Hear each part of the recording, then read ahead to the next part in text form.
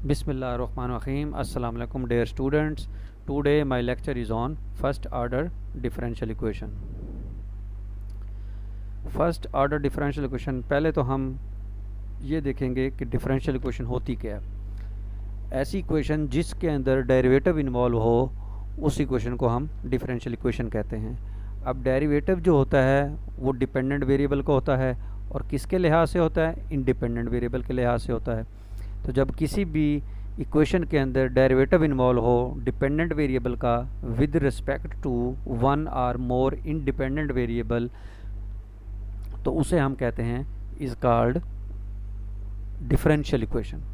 अब अगर हमारे पास उस डिफरेंशियल इक्वेशन के अंदर जो इंडिपेंडेंट वेरिएबल है अगर वो एक है, यानी उसकी तादाद अगर एक है, यानी डिपेंडेंट वेरिएबल का derivative with respect to one independent variable के लिहाज से ले रहे हैं, तो हम उसको ऑर्डिनरी डिफरेंशियल इक्वेशन कहते हैं। और अगर किसी भी डिपेंडेंट वेरिएबल का डेरिवेटिव अगर more than one independent variable के लिहाज से ले रहे हैं हम, तो हम उसे कहते हैं पार्शियल डिफरेंशियल इक्वेशन, यानी PDE भी कहते हैं। फिर उसके बाद जब डिफरेंशियल इक्वेशन डिफाइन हो जाती है, फिर हम उसमें देखते हैं कि उसमें मैक्सिमम डेरिवेटिव कितने अक्कर हो रहे हैं। अब अगर उसके अंदर मैक्सिमम डेरिवेटिव जितने अक्कर हो रहे होते हैं वो उसका ऑर्डर कहलाता है। यानी फॉर एग्जांपल अगर किसी भी डिफरेंशियल इक्वेशन के अंदर मैक्सिमम डेरिवेटिव जो है वो 2 है तो उसका ऑर्डर 2 हो जाएगा। अगर किसी के अंदर सिर्फ एक डेरिवेटिव इन्वॉल्व है तो उसका डेरिवेटिव 1 हो जाएगा। और अगर किसी की डिफरेंशियल इक्वेशन के अंदर अगर 4 डेरिवेटिव इन्वॉल्व हैं, यानी d4 ओवर dx4 आ जाएगा, ये वाली टर्म आ जाती है इस तरह की, तो इसका मतलब है उसके अंदर 4 डेरिवेटिव्स हैं, तो उसका मतलब है उसका ऑर्डर 4 हो जाएगा। तो हमारा जो टॉपिक मेन है वो है फर्स्ट ऑर्डर डिफरेंशियल इक्वेशंस के ऊपर। अब फर्स्ट ऑर्डर डिफरेंशियल इक्वेशन ऐसी डिफरेंशियल इक्वेशन होगी कि जिसके अंदर जो डेरिवेटिव है वो 1 होगा। यानी फर्स्ट ऑर्डर डिफरेंशियल इक्वेशन कौन सी होगी, जिसमें हाईएस्ट डेरिवेटिव जो है आपके पास 1 होगा। तो डेफिनेशन है a first order differential equation is the equation dy/dx which is equal to fxy। क्योंकि इसमें y के लिहाज से डेरिवेटिव है और x के लिहाज से ले रहे हैं, y का डेरिवेटिव x के लिहाज से ले रहे हैं, तो उसमें इसका मतलब है y भी इन्वॉल्व होगा, x भी इन्वॉल्व होगा। तो हमारे पास जो इन जनरल फॉर्म होगी उसमें राइट साइड पे ज़रूरी नहीं है कि x का फंक्शन हो, वो x का भी हो सकता है, वो y का भी हो सकता है, और वो दोनों in general x y both के भी हो सकते हैं। तो इसलिए जो जनरल डेफिनेशन है फर्स्ट ऑर्डर की, उसकी जनरल फॉर्म जो है वो है dy/dx which is equal to f of xy, in which f of xy is the function of two variable defined on the region in xy plane. The equation is of the first order because it involves only the first derivative dy/dx and not higher order derivative.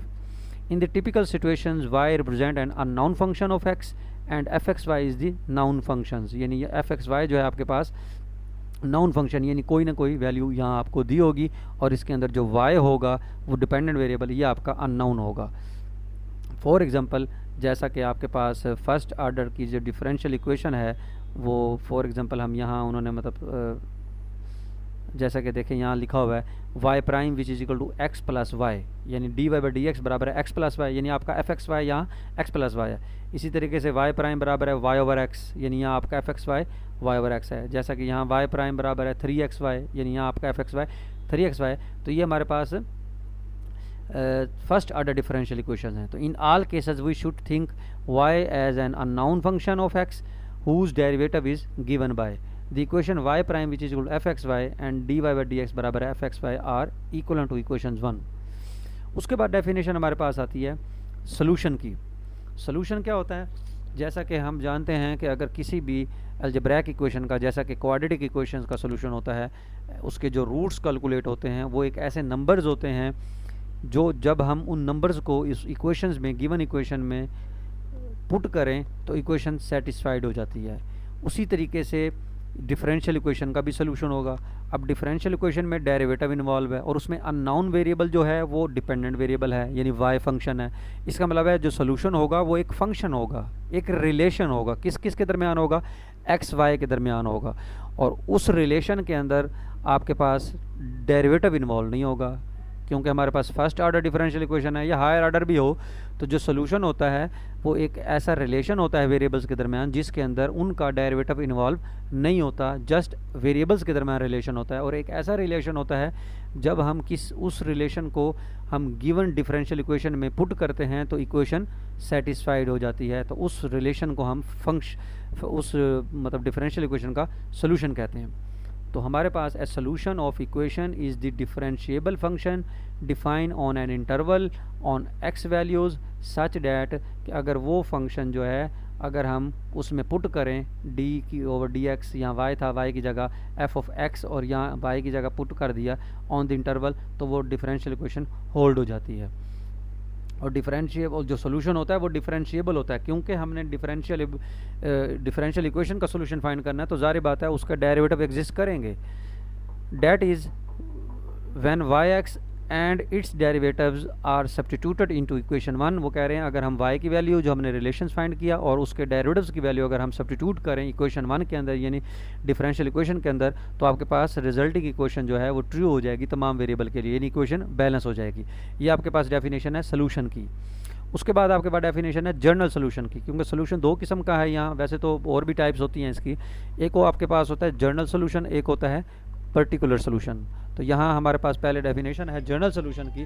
तो general solution में ये होता है कि ऐसा solution जिसके अंदर n number of constants involve हों, जिसके अंदर कितने कांस्टेंट इन्वॉल्व हों, n number of constant involve हों।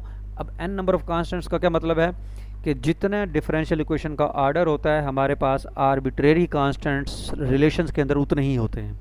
अगर आपके पास आर्डर 1 की डिफरेंशियल इक्वेशन है तो जब हम उसका सोल्यूशन फाइंड करेंगे तो उसके अंदर एक आर्बिट्रेरी कांस्टेंट होगा। अगर हमारे पास आर्डर 2 की डिफरेंशियल इक्वेशन है तो हम जब उसको सॉल्व करेंगे तो उसके अंदर आर्डर 2 है क्योंकि, तो उसके अंदर कांस्टेंट जो हैं वो 2 होंगे। तो आपके पास ऐसी इक्वेशन, ऐसा रिलेशन जिसके अंदर n नंबर ऑफ कांस्टेंट्स हो जाएं तो वो हम आपके पास जनरल सोल्यूशन होता है। The general solution to the first order differential equation is the solution that contains all possible solution. The general solution always contains an arbitrary constant, but having this property does not mean the solution is the general solution. That is, solution may contains arbitrary constant without being a general solution. अब जैसा कि नीचे example है, show that every member of family of the functions is the solution of first order differential equation. अब every member of family का मतलब है कि आप सी की वैल्यू यहाँ जो मर्जी रख लें 1 2 3 4 5, तो डिफरेंट सी की वैल्यूज देते जाएँ तो आपके पास जितने भी सोल्यूशन आएंगे वो सारे के सारे इस डिफरेंशियल इक्वेशन के सोल्यूशन होंगे। तो आपने करना क्या है, जो आपको y दिया हुआ है आपने इसका डेरिवेटिव फाइंड करना है, y is equal to c over x plus 2। आपने इसका डेरिवेटिव लिया, c 1 ओवर एक्स का डेरिवेटिव आया और 2 का 0, 1 ओवर एक्स का माइनस 1 ओवर एक्स स्क्वायर, तो minus c over x square आ गया। तो ये आप ऊपर वाली इक्वेशन जो आपका जिसका डिफरेंशियल इक्वेशन का ये सोल्यूशन है, तो जब हम उसमें पुट करेंगे तो इक्वेशन बैलेंस होगी। तो d y by d x की value minus c over x square, 1 over x 2 minus y, y की value c over x plus 2, 2 से कैंसिल हो गया, माइनस सी ओवर एक्स और 1 over x minus c over x square आ गया। तो ये इक्वेशन देखें बैलेंस हो गई है। तो यहाँ से साबित हो गया कि ये इक्वेशन जो है गिवन डिफरेंशियल इक्वेशन का सोल्यूशन है। उसके बाद आपके पास आ जाती है definition particular solution. Particular solution एक ऐसा सोल्यूशन होता है जो जनरल सोल्यूशन से हम हासिल करते हैं और उस पर कुछ कंडीशंस अप्लाई करते हैं, तो वो जनरल सोल्यूशन वैल्यू जो उसमें कांस्टेंट होता है वो एलिमिनेट हो जाता है, तो उसकी पर्टिकुलर वैल्यू कैलकुलेट हो जाती है। यानी पर्टिकुलर सोल्यूशन जो है वो जनरल सोल्यूशन से हासिल होता है बाय अप्लाइंग सम कंडीशंस। तो जो कंडीशंस होती हैं वो हम डिफरेंशियल इक्वेशन के ऊपर अप्लाई करते हैं, तो वहाँ से जनरल सोल्यूशन से वो कन्वर्ट हो जाता है पर्टिकुलर सोल्यूशन में। तो particular solution satisfied the initial conditions y x not is equal to y not. यानी आपके पास जो जनरल कांस्टेंट होता है वो हम कैलकुलेट करेंगे सम कंडीशंस अप्लाई करने के बाद। वो जो कंडीशंस होती हैं उनको हम इनिशियल कंडीशंस कहते हैं। असल में इनिशियल कंडीशन ऐसी कंडीशन होती हैं जिसमें डिपेंडेंट वेरिएबल की वैल्यू और उसके डेरिवेटिव की वैल्यू जो है at the same value of independent variable होती है, तो उसे हम इनिशियल कंडीशंस कहते हैं। और वो जो कंडीशन है अगर वो डेरिवेटिव के ऊपर अप्लाई, डिफरेंशियल इक्वेशन के ऊपर अप्लाई कर दें तो हम उसे फर्स्ट ऑर्डर डिफरेंशियल इक्वेशन कहेंगे, मतलब इनिशियल वैल्यू प्रॉब्लम कहते हैं हम उसको।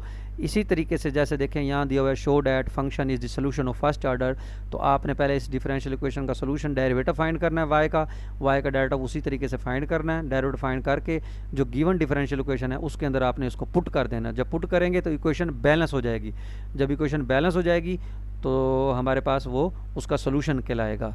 तो उसके ऊपर वो जो वाई आपको दिया हुआ है उस पर कंडीशंस भी यूज़ कर लें। वाई 0 की वैल्यू कैलकुलेट की, जो वाई आपको हमें दिया हुआ है उस पर पुट किया, तो उसका आंसर सेम वो इनिशियल कंडीशंस वाला निकलेगा। Thank you very much.